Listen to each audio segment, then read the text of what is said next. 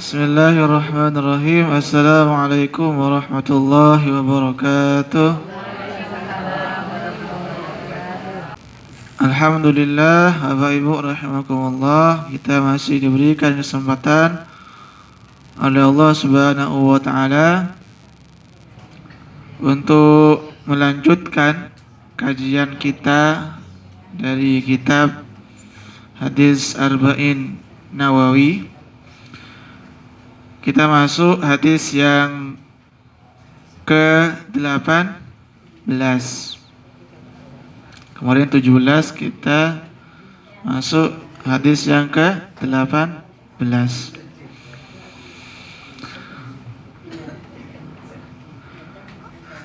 Kita langsung saja, Bapak Ibu rahimakumullah.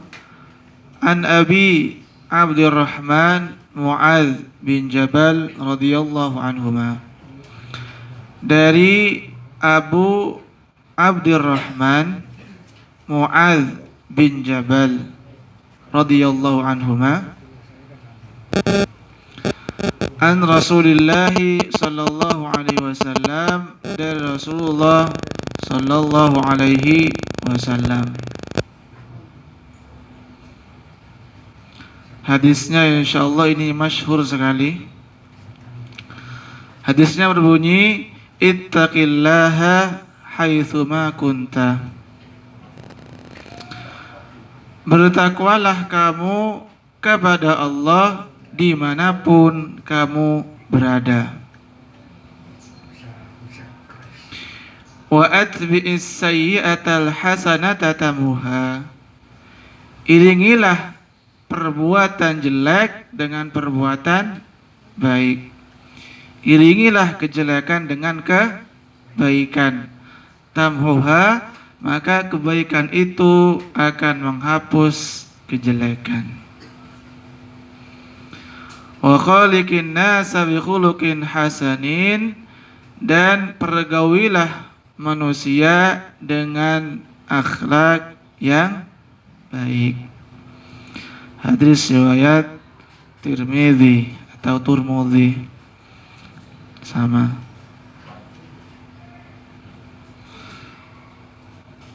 Jadi kita ulangi sedikit, Bapak Ibu rahimakumullah, dari Abu Abdurrahman Mu'adz bin Jabal radhiyallahu anhu, dari Nabi sallallahu alaihi wasallam. Rasulullah bersabda, ittaqillah, bertakwalah kamu kepada Allah dimanapun kamu berada.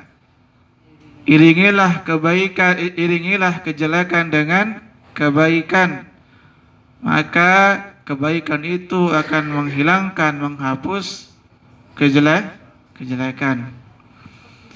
Dan pergaulilah manusia dengan akhlak yang baik. Hadis riwayat Tirmidzi. Oh iya. Ini udah kedua kalinya. Generasi kedua. Ya, dari Abu Abdurrahman Mu'adz bin Jabal radhiyallahu an, dari Rasulullah sallallahu alaihi wasallam. Apa sabda Rasulullah? Bertakwalah kamu dimanapun kamu berada. Iringilah apa? Perbuatan jelek atau kejelekan atau keburukan, sama itu udah. Iringilah, kita coba terjemahkan dengan keburukan, Bapak Ibu ya.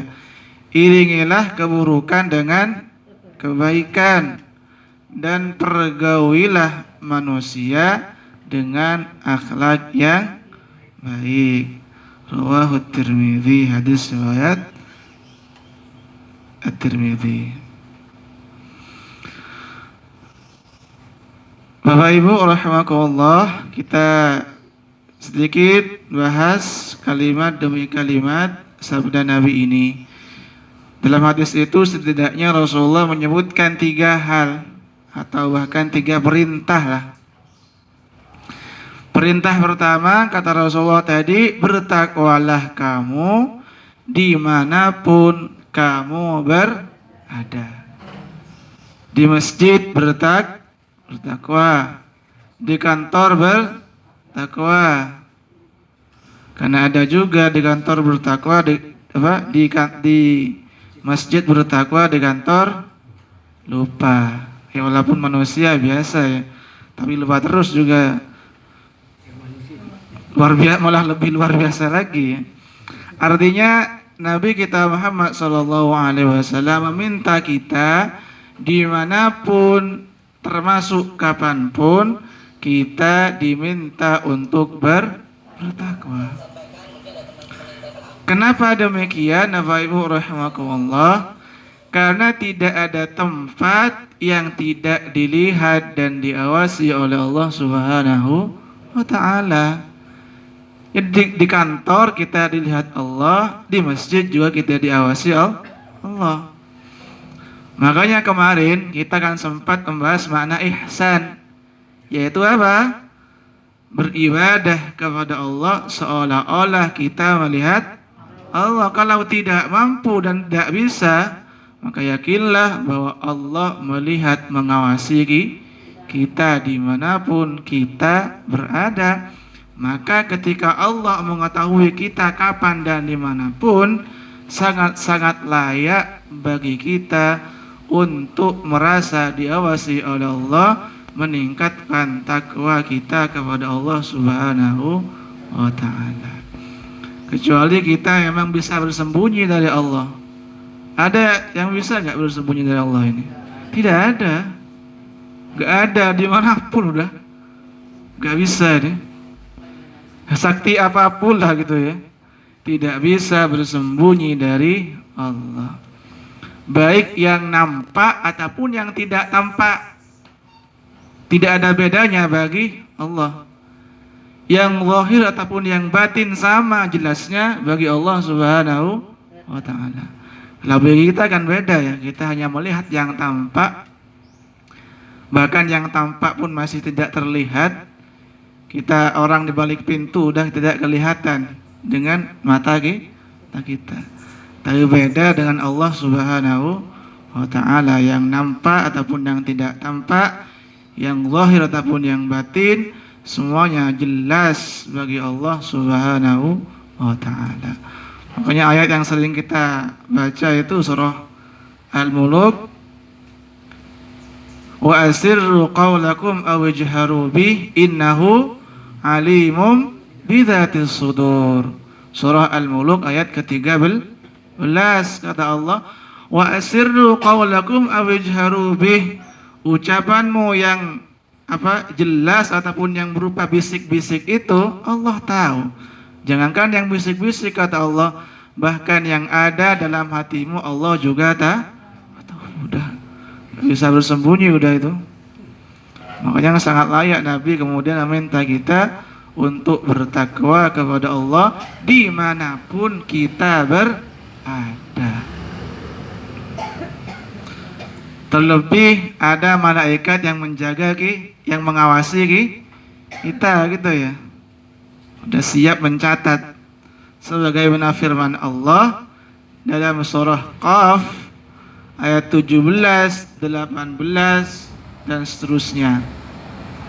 Kata Allah, "Idh yatalaqqal mutalaqqiyani 'anil yamini wa 'anil shimali qa'id." Jadi ada dua malaikat kata Allah yang berada di sisi kanan dan di sisi kiri, siap-siap mencatat. Ma yalfidhu min qawlin illa ladaihi raqibun atid. Tidaklah ada ucapan yang terlontar kecuali siap akan dicatat oleh malaikat pencatat yang udah siap ini menulis catatan amal kita. Yang keluar jelek catatannya jelek, baik yang keluar catatannya adalah baik. Artinya tidak akan ada yang terlewat. Semuanya dicatat. CCTV gitu ya, lebih canggih malah ini daripada CCTV. Diawasi dimanapun kita berada. Bapak Ibu rahimakumullah, adapun takwa ini apa? Kan Nabi tadi memerintahkan kita untuk bertakwa dimanapun kita berada. Apa takwa itu? Ya, definisi yang lumrah yang disampaikan oleh para ulama adalah takwa itu imtithalu awamirillah wajtinabu nawahihi. Takwa itu adalah melaksanakan perintah Allah, menjauhi larangan. Sederhana, simple. Perintah dikerjakan, larangan dijauhi. Udah itu aja Islam itu. Berat atau tidak ini takwa ini? Perintah dikerjakan, larangan ditinggalkan atau dijauhi. Simple, sangat sederhana. Tapi melaksanakannya itu yang susah ya. Itu takwa. Jadi Bapak Ibu rahimakumullah, dimanapun dan kapanpun kita berada, harus tetap merasa diawasi oleh Allah Subhanahu wa ta'ala. Ini sangat penting sekali sebetulnya ini. Penting sekali. Gitu ya. Kemudian Bapak Ibu rahimakumullah, dalam sebuah hadis yang lain Nabi kita Muhammad sallallahu alaihi wasallam menyebutkan, satu ketika su'ila Rasulullah sallallahu alaihi wasallam ma yudkhilun nasa al-jannah. Satu ketika Rasulullah pernah ditanya tentang aktsaru ma yudkhilun nas al-jannah, tentang hal apa yang paling banyak memasukkan manusia ke dalam surga. Jadi Rasulullah pernah ditanya oleh sahabat tentang sesuatu atau amalan atau hal yang paling banyak mengantarkan, memasukkan manusia ke dalam surga. Rasulullah kemudian menjawab, taqwallah wa husnul khuluq. Takwa kepada Allah dan akhlak yang mulia, akhlak yang baik. Jadi ini tidak main-main gitu ya. Ternyata takwa termasuk akhlak yang mulia, salah satu hal yang paling berpotensi mengantarkan kita atau masukkan kita ke dalam surganya Allah Subhanahu wa ta'ala. Ini takwa ini. Apa tadi takwa? Perintah Allah dikerjakan, larangan Allah ditinggalkan atau dijauhi.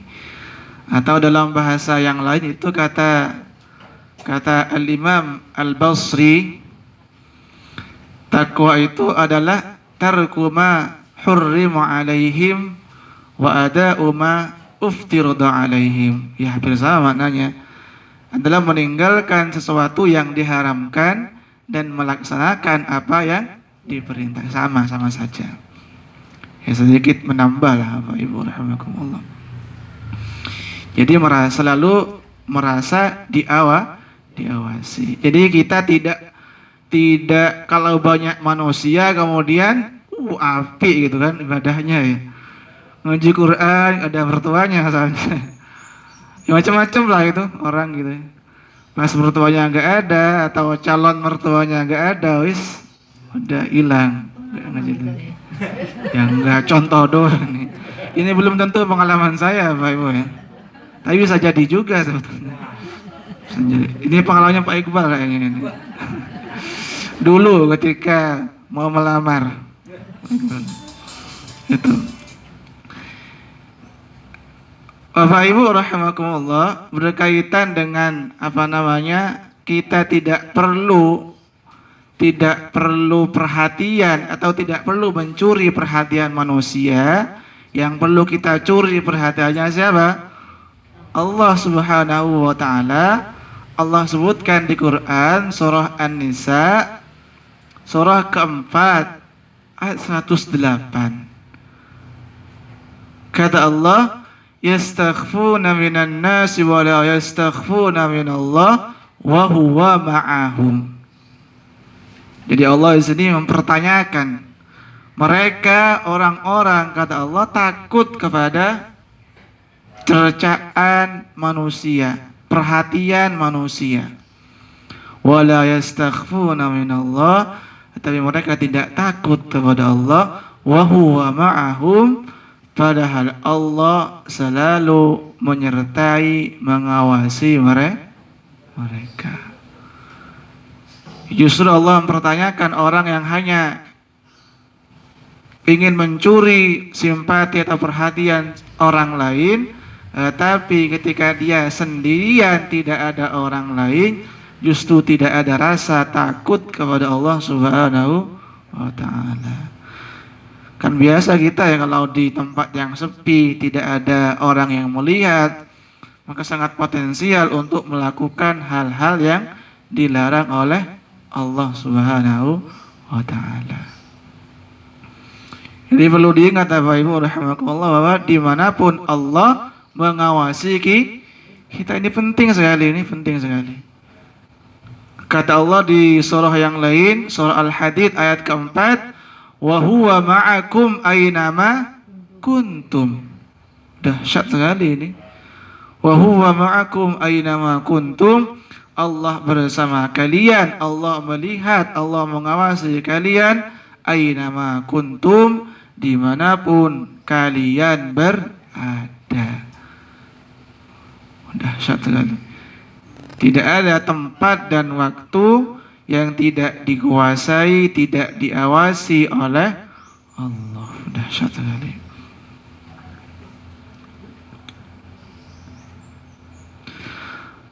Bapak Ibu rahimakumullah, kita masuk ke sabda Nabi yang kedua, kalimat yang kedua. Yang pertama tadi, bertakwa kepada Allah dimanapun kita berada. Yang kedua, Bapak Ibu rahimakumullah, kata Rasulullah tadi, wa atbi'is sayyi'atal hasanata tamhuha. Iringilah keburukan, kejelekan, kesalahan, kemaksiatan dengan perbuatan baik, dengan ibadah. Apa yang akan didapat? Niscaya kata Rasulullah, kebaikan itu akan menghapus apa? Dosa-dosa, menghapus kesalahan, menghapus kejelekan.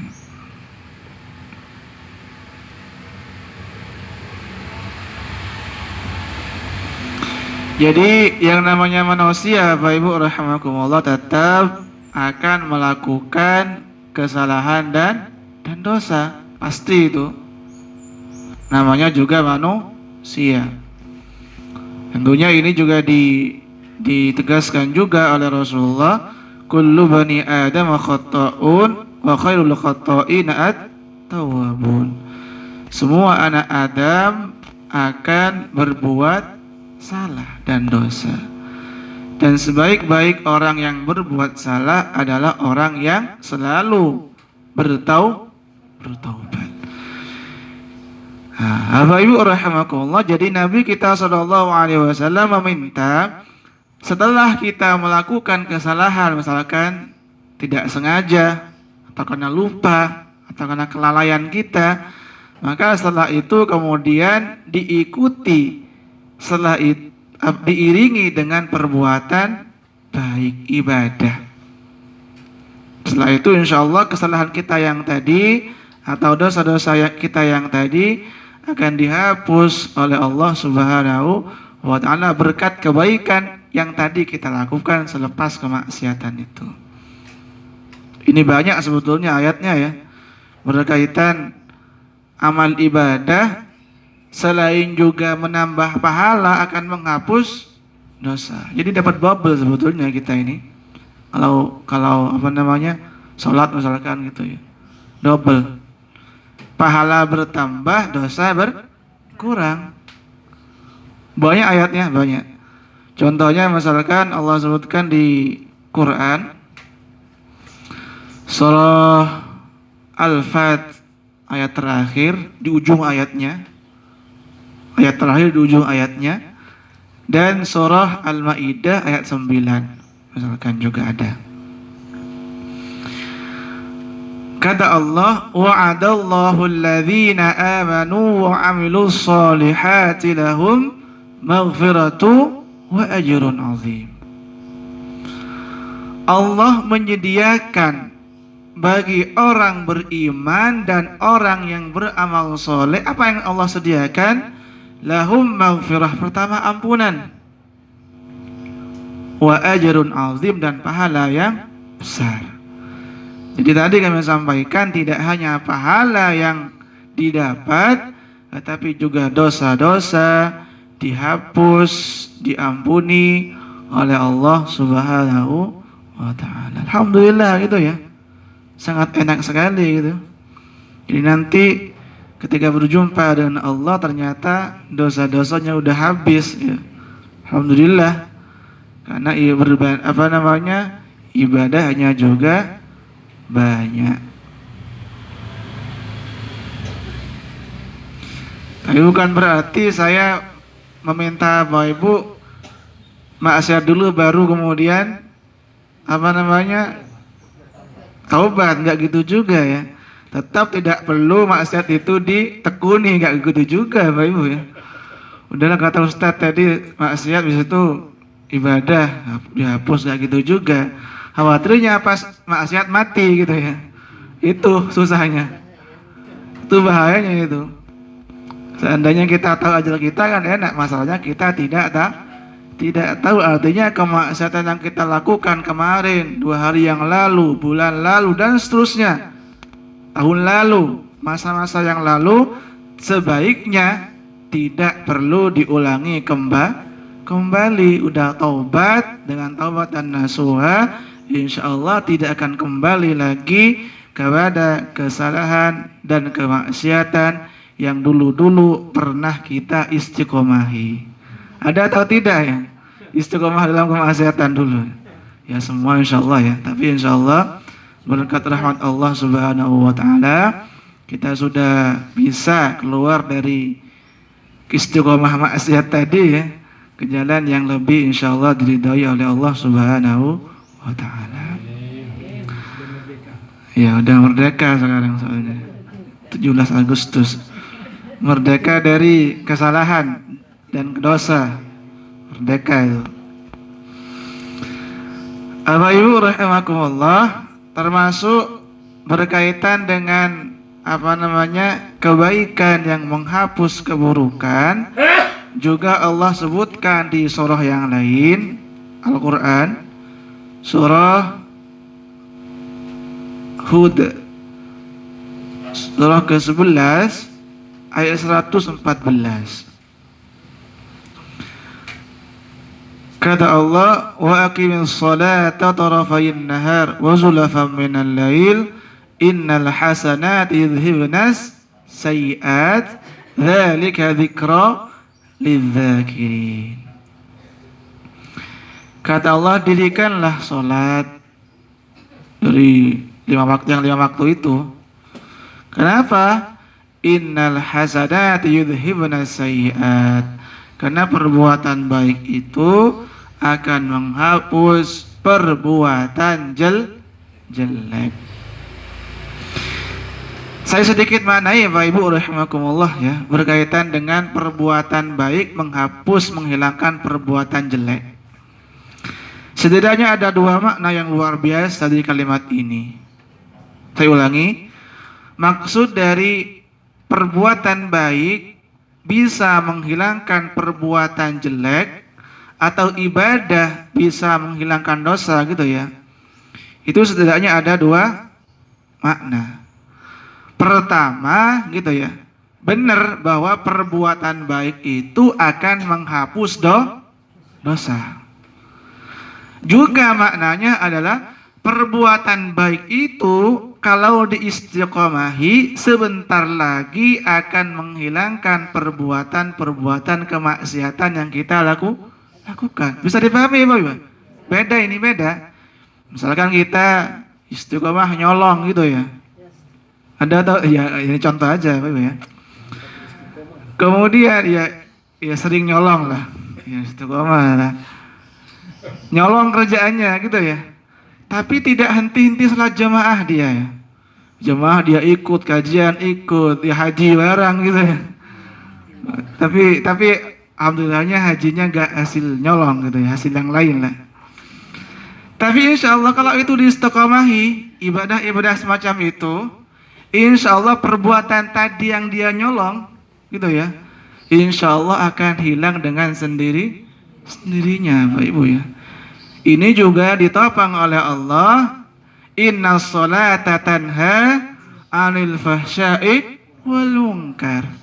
Salat itu mencegah dari perbuatan keji dan mungkar. Jadi tidak perlu khawatir juga, orang bilang mana nyolong kok sholat gitu ya.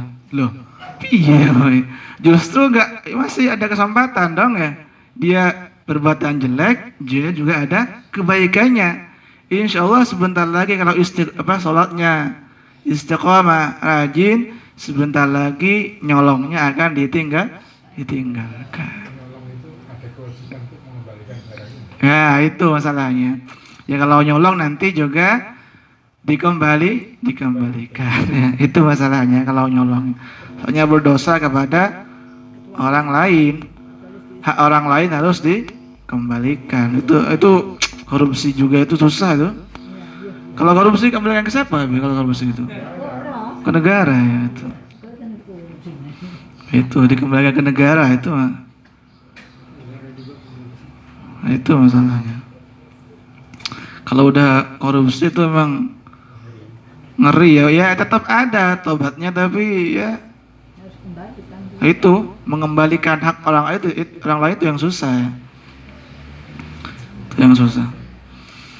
Jadi itu tadi ya Bapak Ibu rahimakumullah, kebaikan bisa menghilangkan keburukan dalam arti menghilangkan dosa atau juga dalam arti akan menjauhi dari kemaksiatan yang pernah dulu dia lakukan.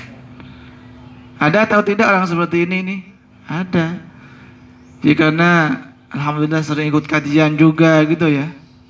Sholat juga dia tekuni gitu ya. Jamaah. Sholat kemudian sunnah-sunnahnya juga. Maka insya Allah dengan rahmat Allah pula tentunya, hidayah Allah pula tentunya, kemaksiatan yang dulu dia kerjakan akan segera ditinggalkan. Itu.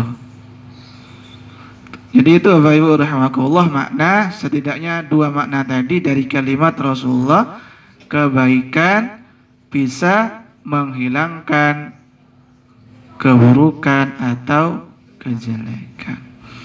Terlebih lagi tadi kami sampaikan bahwa ketika kita melakukan kebaikan tidak hanya pahala yang berlipat ganda, tetapi juga dosa-dosa diampuni oleh Allah Subhanahu wa taala. Makanya sempat kami sampaikan kemarin bahwa kata Rasulullah, orang terbaik itu adalah orang yang panjang umurnya dan baik amalnya. Kata Nabi, khairun nas man tala umruhu wa hasuna amaluh. Orang terbaik itu adalah orang yang panjang umurnya, baik amalnya, bagus amalnya. Logis sekali ini. Kenapa? Karena ketika dia beramal baik, dosa dihapus, pahala berlipat. Nah, itu masalahnya. Jadi yang usia-usia kayak Pak Iqbal itu, Abi juga ini calon-calon orang terbaik ini, insya Allah. Karena panjang umurnya, baik amalnya. Itu panjang umurnya.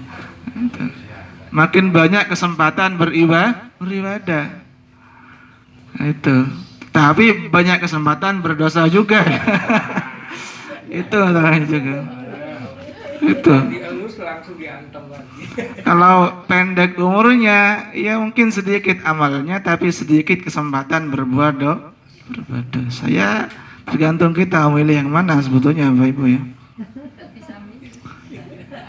Iya, ya karena Allah yang menentukan terkait umur ya. Bapak Ibu rahimakumullah, kita lanjutkan potongan hadis Nabi yang terakhir, yang ketiga. Yang pertama, bertakwa kepada Allah dimanapun kamu berada. Yang kedua, iringilah perbuatan jelek dengan perbuatan baik. Yang ketiga, kata Rasulullah, wa khaliqin nas bi khuluqin hasanin, pergaulilah manusia dengan pergaulan dengan akhlak yang baik. Lagi-lagi akhlak ini, gitu ya. Ini akhlak yang baik. Ya tentunya Bapak Ibu rahimakumullah, akhlak yang baik sangat banyak contoh-contohnya, banyak. Kalau kata Al-Imam Al-Basri ini, Imam Al-Basri, Hasan Al-Basri ya. Hasan Basri ini sebetulnya nama saya dulu, Ibu ya. Nah, dulu pilihannya dua, Hasan Basri atau Sufyan Ats-Tsauri ya. Ternyata ibu saya pilih Sufyan Ats-Tsauri. Seandainya Hasan dulu namanya. Sufyan Ats-Tsauri. Kata Hasan Al-Basri, beliau mengatakan husnul khuluq ay al-karamu wal badlatu wal ihtimal. Akhlak yang baik itu, kata Hasan Al-Basri, adalah bersikap ramah, dermawan, dan tidak mudah marah. Ini tentunya banyak ya akhlak, contoh-contoh akhlak yang baik. Tapi Hasan Al-Basri ini lebih menekankan kepada tiga hal itu, yaitu bersikap ramah, kemudian dermawan, tentunya tidak harus menunggu kaya untuk berdermawan. Yang ketiga adalah al-ihtimal, tidak mudah marah. Ini hampir sama dengan hadis yang kemarin Bapak Ibu ya. Rasulullah sampai 3 kali, la taghdab, la taghdab, la taghdab. Jangan mudah marah, jangan mudah marah, jangan mudah marah. Gitu. Tidak mudah marah. Kemudian ditambahkan oleh Umar bin Abdul Aziz, kata beliau, ditambahkan satu, talqul wajhi, wajah yang berseri-seri. Susah ini ya, merengut terus nih keringatannya. Jadi apa, wajah berseri-seri itu memang luar biasa efeknya Bapak Ibu ya, dampaknya lah menyenangkan gitu. Walaupun punya utang ketawa. Kalau udah punya utang wis bawaannya udah cemberut terus ya ini. Duh, utang banyak, penghasilan nggak ada, aduh, cemberut terus ya. Iya, gitu. Talqul wajah ini, wajah berseri-seri.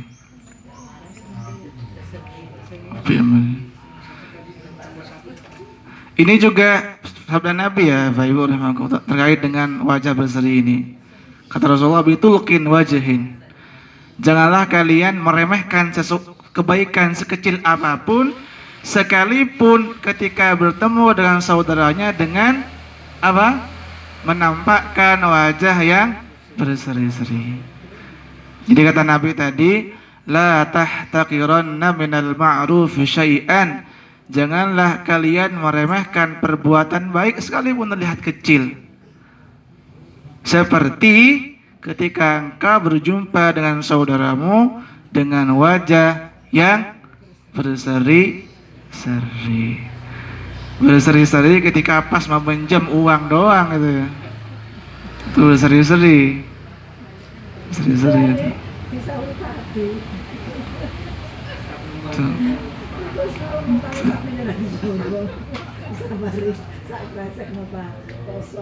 Jadi itu Bapak Ibu rahimakumullah, yang ketiga tadi adalah akhlak yang baik, akhlak yang mulia. Jadi ini diperintah dari Rasulullah, tentunya sangat layak untuk kita kerjakan, berakhlak baik kepada manusia. Bahkan Bapak Ibu rahimakumullah, dalam hadis yang lain Nabi kita Muhammad SAW menyebutkan, akmalul mu'minina imanan ahsanuhum khuluqa. Paling sempurnanya iman seorang mukmin adalah dia yang memiliki akhlak yang baik. Semakin baik akhlaknya, semakin tinggi kadar keimanannya. Semakin tinggi kelas imannya gitu, kalau bahasa kelas gitu ya. Semakin baik akhlak seorang itu.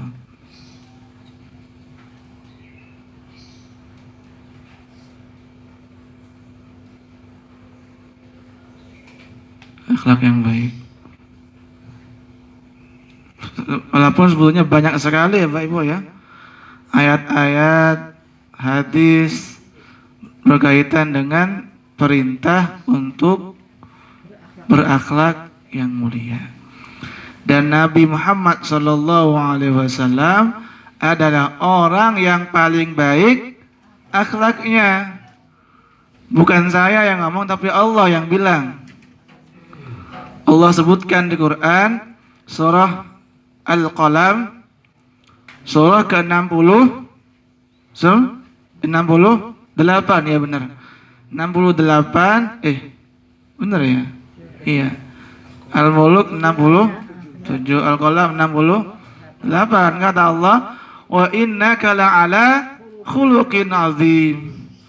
Sesungguhnya engkau duhai Muhammad benar-benar memiliki akhlak yang sangat-sangat luar biasa mulia.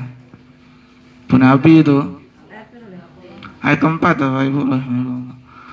Al-Qalam ayat keempat, wa innaka la'ala khuluqin 'azim. Sesungguhnya duhai engkau Muhammad benar-benar memiliki akhlak yang sangat-sangat luar biasa mulianya.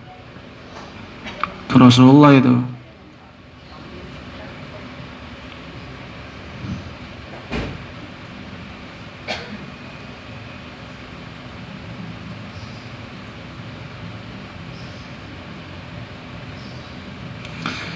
Dan akhlak mulianya Rasulullah itu Bapak Ibu rahimakumullah, sebetulnya tidak hanya diakui oleh orang mukmin, tidak hanya diakui oleh para sahabatnya, bahkan dalam pandangan orang kafir sekalipun gitu ya, Rasulullah itu dikenal dengan akhlak yang baik. Kayak Abu Lahab, Abu Jahal gitu ya, dan abu-abu yang lain. Sebetulnya mereka juga meyakini, mengakui akhlak Rasulullah Shallallahu Alaihi Wasallam. Diakui itu. Bayangkan loh, apa namanya bahasanya itu, disegani oleh lawan, gimana ya istilahnya itu, dicintai kawan, disegani lawan gitu ya. Itu Nabi itu. Jarang kita temui seperti itu kan gitu ya. Dan Nabi itu Bapak Ibu rahimakumullah, yang ditolak adalah dakwah Rasulullah, bukan pribadi Rasulullah. Itu perlu diperhatikan itu. Jadi ketika Rasulullah sebelum mendakwahkan Islam, Rasulullah itu apa gelarnya? Al-Amin. Itu ya. Orang yang paling amanah, orang yang paling bertanggung jawab, orang yang paling dapat dipercaya. Itu gelar Rasulullah sebelum beliau mendakwakan Islam. Gitu ya. Makanya Allah sebutkan di dalam Al-Quran, Bapak Ibu rahimakumullah, surah Al-An'am, surah ke-6 ayat 33-34 atau 34 lah.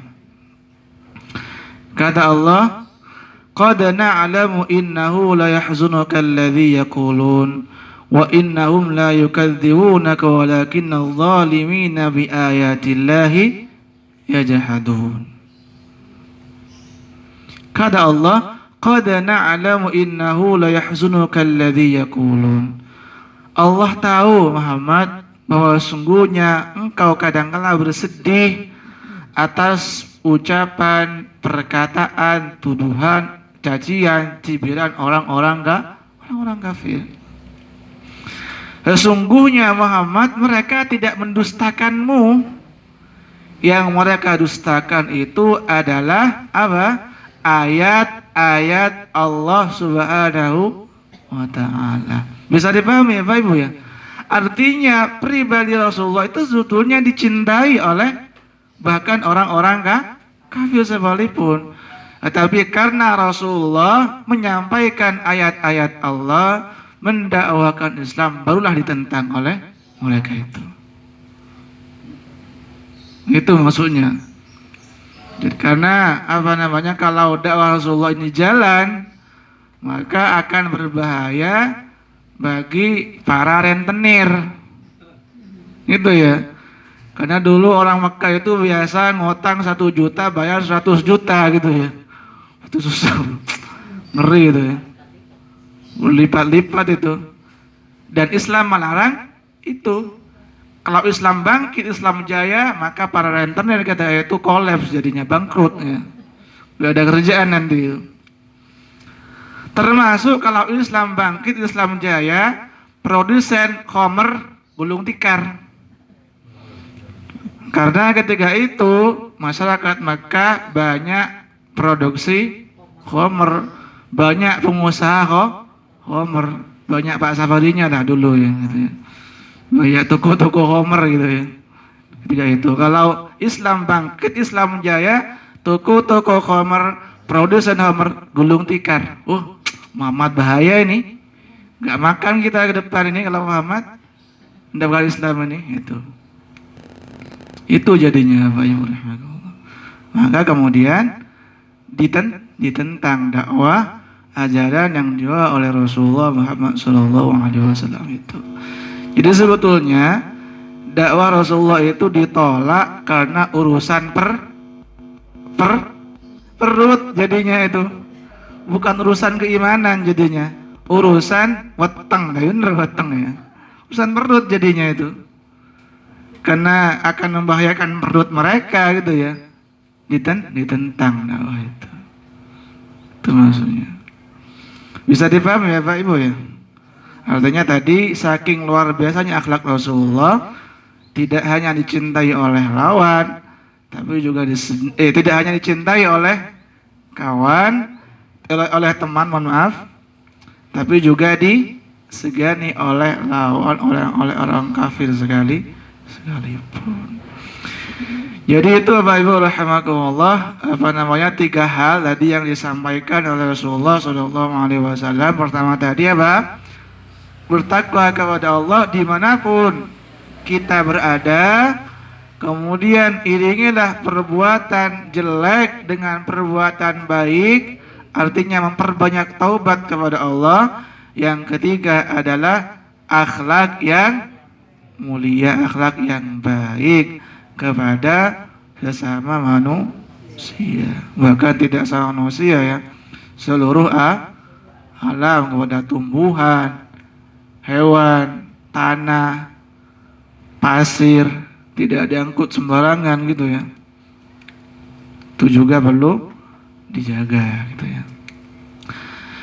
Mungkin sekian Bapak Ibu rahimakumullah yang bisa disampaikan, semoga bermanfaat. Selebihnya kami serahkan kepada Ustazah Fali, tapi sebelum itu saya tutup dengan salam. Assalamualaikum warahmatullahi wabarakatuh.